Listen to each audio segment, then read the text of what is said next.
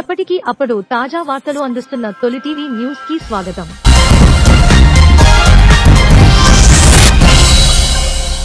కాంగ్రెస్ బహిష్కృత నేత ఎటుపాలుపోని స్థితిలో బీఆర్ఎస్ కండువా కప్పుకుని అసత్యాలు మాట్లాడిన శ్రీనివాసరావు మరియు మిగిలిన వారి మాటలను తీవ్రంగా ఖండించిన వర్ని మండల కాంగ్రెస్ పార్టీ. ఈ సందర్భంగా మార్కెట్ కమిటీ చైర్మన్ సురేష్ బాబా ఫ్యాక్స్ అధ్యక్షులు నామాలు సాయిబాబా, మాజీ ఏఎంసీ ఉపాధ్యక్షులు వెలగపూడి గోపాల్, మాజీ శ్రీనగర్ సర్పంచ్ శ్రీనగర్ రాజు, తెలంగాణ ఉద్యమకారులు సంతోష్, మాజీ జడ్పీటీసీ శ్రీరంజా నాయక్ నిన్న ప్రెస్ మీట్లో ఏవైతే అబద్ధాలు, అసత్యాలు మాట్లాడారో వాటన్నిటినీ తీవ్రంగా ఖండించి నిజానిజాలు ప్రజలకు సోషల్ మీడియా ద్వారా, పత్రికల ద్వారా వివరించడం జరిగింది. పోచారం భాస్కర్ రెడ్డిగారి వల్ల డీసీసీబీ డైరెక్టర్లు అసంతృప్తి పడ్డారని చెప్పారు. రాజకీయ పరిజ్ఞానం లేకుండా పోచారం శ్రీనివాసరెడ్డిగారి కుటుంబం మీద నింద వేయటం నీకు బాగా అలవాటయింది. పోచారం భాస్కర్ రెడ్డి బ్యాంకు చైర్మన్గా పదవి బాధ్యతలు చేపట్టే సమయానికి బ్యాంకు ఎన్పీఏలో కూరుకుపోయి టెస్కాబ్ నబార్డ్ వద్ద తెలంగాణ రాష్ట్రంలోనే వీకర్ బ్యాంకుగా ముద్రపడి ఆర్బీఐ బ్యాంకు లైసెన్స్ రద్దు చేస్తామని నోటీసులు పంపి జరిమానా విధించిన గడ్డు పరిస్థితుల్లో ఎన్డీసీసీబీ బ్యాంకు చైర్మన్గా పదవి బాధ్యతలు స్వీకరించి ఇటు అప్పుల ఓబిలోకి నెట్టబడ్డ జిల్లా రైతులకు, అటు ఎన్పీఏలో కూరుకుపోయిన బ్యాంకు ఎన్పీఏ తగ్గించాలని టెస్కాబ్ నబార్డ్ను ఒప్పించి OTS one time settlement scheme తీసుకువచ్చి జిల్లా రైతులను రుణ విముక్తులను చేయటంతో పాటు బ్యాంకు ఎన్పీఏ తగ్గించి బ్యాంకు అభివృద్ధిలో రావడానికి, వీకర్స్ బ్యాంకు నుండి ఎన్డీసీసీబీ గట్టెక్కించడానికి ఎంతో కృషి చేసిన పోచారం భాస్కర్ రెడ్డి. ఈ విషయం తెలవకపోతే ఓటీఎస్ పొందిన రైతులను అడగండి, లేదా బ్యాంకులో పనిచేసే ఎంప్లాయీలను అడగండి. 7 పర్యాయాలు ఎమ్మెల్యేగా బాన్సువాడ నియోజకవర్గ ప్రజల్లో ప్రేమాభిమానాలు సంపాదించుకుని ఏ పార్టీలో ఉన్న నాకు నా బాన్సువాడ నియోజకవర్గ ప్రజల శ్రేయస్సు, సంక్షేమమే ముఖ్యమనే విషయంలో తెలంగాణ రాష్ట్రంలో ఎవరన్నా ఉన్నారంటే ఏకైక వ్యక్తి అది పోచారం శ్రీనివాస్ రెడ్డిగారే. అటువంటి మహానాయకుడిని విమర్శించడానికి నీకు నోరెలా వచ్చింది? శ్రీనివాసరావు, నువ్వే అన్నావు కదా అయ్యా, నేను ఎమ్మెల్యేగా పనిచేసి కూడా ఏమి చేసుకోలేకపోయాను అని అన్నాడని అన్నావు. పోచారంగారి నిజాయితీ ఎందో నువ్వు చెప్పిన మాటల్లో, కేసీఆర్ కేటచ్ చెప్పిన మాటల్లోనే అర్థమవుతుంది కదా సీను. నీకు ఈమాత్రం అర్థం కాలేదా ఆయన పోచారం గొప్పతనం గురించి? ఒక మామూలుగా ఎమ్మెల్యేగా పనిచేసినవారు ఒకసారి ఎన్నికైతే 1000 కోట్లు సంపాదించుకునే ఈ రోజుల్లో 7 సార్లు ఎమ్మెల్యేగా గెలిచినా కూడా కుటుంబం కాకుండా బాన్స్వాడ ప్రజలే నా కుటుంబం అనే పోచారం వారి నిజాయితీ గురించి స్వయంగా కేటీఆర్ గారు స్వయంగా చెప్పారు అంటే ఇంతకంటే పోచారం గారి గొప్ప వ్యక్తిత్వం గురించి సిగ్గు లజ్జలేని నువ్వు శ్రీను యలమంచిలి మాట్లాడావంటే నువ్వు సభ్య సమాజంలో బతకడానికి పనికి రాని మనిషి రూపంలో భూతానివి.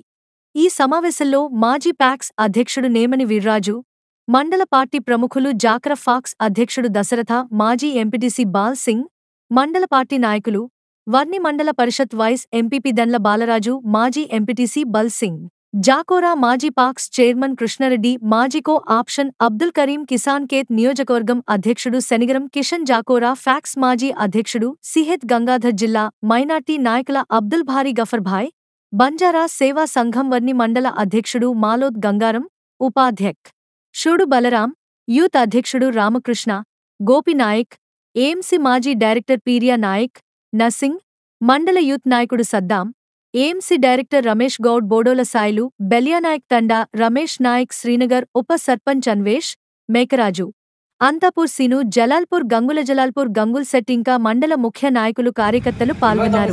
కాంగ్రెస్ పార్టీలో ఉన్నాను, వైసీపీ నుంచి వచ్చినాక నేను మీతో ఉన్నాను. ఎందుకయ్యా నీకు చెంచాగిరి చేసే వాళ్ళకే ఉన్నత పదవులు కట్టిస్తాను నీ ఆలోచన. పొద్దున లేచి 6 గంటలకు నీ దగ్గర ఉండి మన సాయంత్రం 6 గంటల దగ్గర ఉన్న వరకే పదవులు ఇస్తా. 2006లా 7లా ఇంత కష్టపడ్డ నాకు ఏఎంసీ చైర్మన్గా నాకు పక్కకు దోసేసావు నువ్వు. ఈయన శ్రీనివాస్ గౌడ్ వర్గం అని. ఇదేనా కష్టపడ్డ కార్యకర్తకు ఫలితం ఉండాలి తప్ప నీలాగా రాజకీయ వ్యభిచారి ఉండద్దు. అయ్యా పాత టీఆర్ఎస్ నాయకులారా, నీ పక్కన కూర్చున్నా చూడండి, వీళ్ళందరూ అనుభవించినోలే, పదవులు అనుభవించిన టీఆర్ఎస్ నాయకులారా. ఇతని విషయంలో ఇంకొక 4 రోజులైతే మీకే తెలుస్తుంది ఎవరికి ఎలా వెన్నుపోటు ఓడుస్తాడో అనేది. జాగ్రత్త ఉండండి. ఇటు అంజిరెడ్డి గారు, వల్లెపల్లి శ్రీనివాసరావు గారు, ఇతనితో చాలా జాగ్రత్త ఉండాలా. ఎందుకంటే మీకు అనుభవం లేదు, అతనితో 28 సంవత్సరాల అనుభవం ఉన్నది. నేను చెప్తున్నాను, ఇదే ఇంకొక సంవత్సరం తర్వాత మీరే చెప్తారు అతని రాజకీయ వెన్నుపోటు.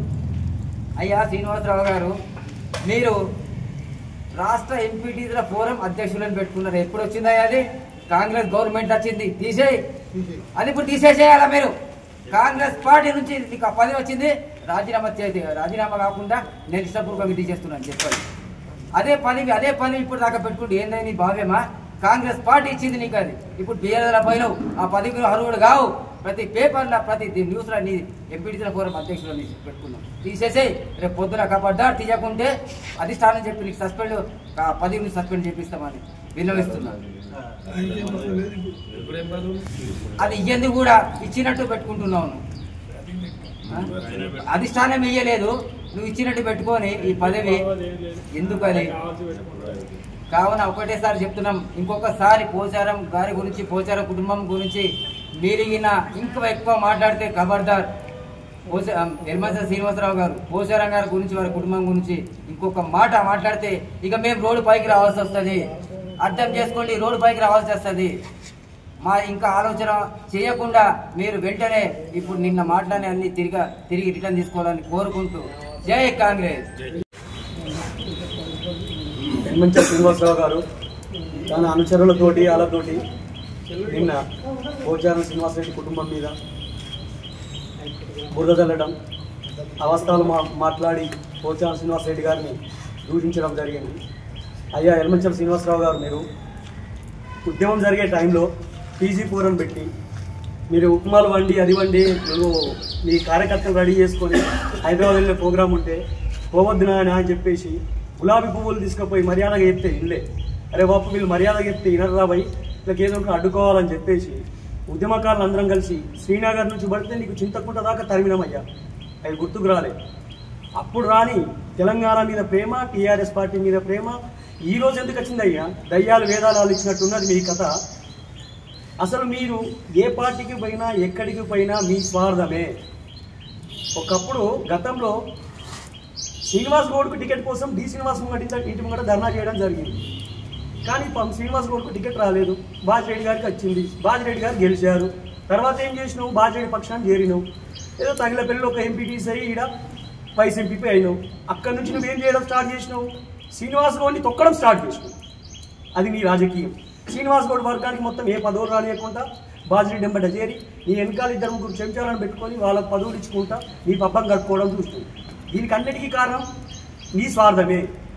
అప్పుడు నీ కార్యకర్తలు అప్పుడు నువ్వు దగ్గర పెట్టుకున్న వాళ్ళు కూడా నేను దూరం కొట్టింది. ఇప్పుడు మొన్నటిదాకా మళ్ళీ కాంగ్రెస్ ఏది ఏనుగు రవీందర్ రెడ్డి, ఆ ఏనుగు రవీందర్ రెడ్డి చేస్తుంటాడు ఈ టీఆర్ఎస్లోనే టీఆర్ఎస్ పార్టీకి వెన్నుపోటు పోసి ఎమ్మెల్సీ ఓటును అమ్ముకున్నాడు. అక్కడ ఇదైపోయింది. నువ్వు చేసే చేష్టలకు కాంగ్రెస్ అధిష్టానం సీరియస్ అయ్యి నిన్ను తీసి నువ్వు పనికిరావరా పో అని చెప్పేసి నేను సస్పెండ్ చేసింది. ఎక్కడ గది లేక మళ్ళీ టీఆర్ఎస్ అని చెప్పి రంగు పూసుకుని నువ్వు వచ్చినావు. ఇక్కడ కూడా నీ స్వార్థమే నాయన. ఎక్కడికి పోయినా నువ్వు ఇంకొకళ్ళు ఎదగనియో నీ స్వార్థమే. నువ్వు ఈ బాన్స్వాడ కాన్స్టిట్యున్సీలా నువ్వు ఎలాంటి పర్సన్వో ప్రతి గ్రామంలో ప్రతి ఒక్కరికి తెలుసు. ఇప్పుడున్న కార్యకర్తలు కూడా అతి త్వరలో నీ దగ్గరికి దూరం అయ్యే టైం దగ్గరనే ఉన్నది. లాస్ట్ నువ్వు ఏకాకి మిగిలిపోతావు. ఇంకొకటి చెప్తున్నా, పోచారం శ్రీనివాస్ రెడ్డి కానీ పోచారం కుటుంబం కానీ కేసీఆర్కు బానిస కాదయ్యా. బాన్స్వాడ కాన్స్టిట్యున్సీకి కట్టు బానిస. బాన్స్వాడ ప్రజల అభివృద్ధి ఆయనకు ముఖ్యం. అందుకోసమే రేవంత్ రెడ్డి గారిని కలిసి రేవంత్ రెడ్డి గారి అడుగుజాడల్లో ఆయనతోటి సీఎంగా ఉండి బాన్స్వాడ ప్రజల కష్టాలు తీర్చడం కోసం ఆ బిల్లులు ఏమైనా బిల్లులు పెండింగ్ బిల్లులు ఉంటే దానికోసమే నిస్వార్థంగా ఆయనని కాంగ్రెస్ పార్టీకి దగ్గర కావడం జరిగిందే తప్ప ఆయన డబ్బులు సంపాదించడం కోసం దానికోసం కాదు. యలమంచిలి శ్రీనివాసరావు, ఇది మంచిగా గుర్తుంచుకో.